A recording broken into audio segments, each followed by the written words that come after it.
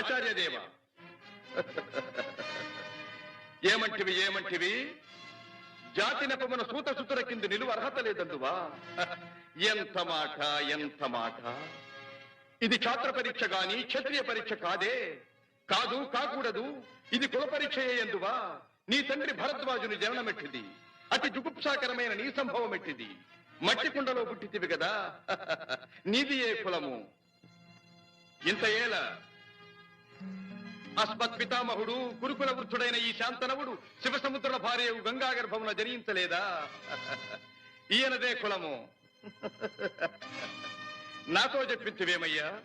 మా వంశమునకు మూల పురుషుడైన వశిష్ఠుడు దేవవేశ్యకు ఊర్వశీపుత్రుడు కాడా?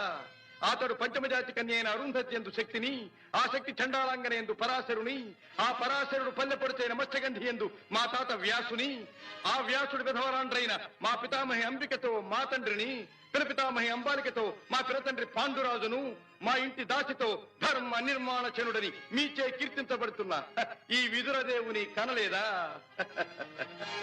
సందర్భావసరములను బట్టి క్షేత్రబీజ ప్రాధాన్యములతో సంకరమైన మా కురువంశము ఏనాడో కులహీనమైనది కాగా నేడు కులము అను వ్యర్థవాదమిందులకు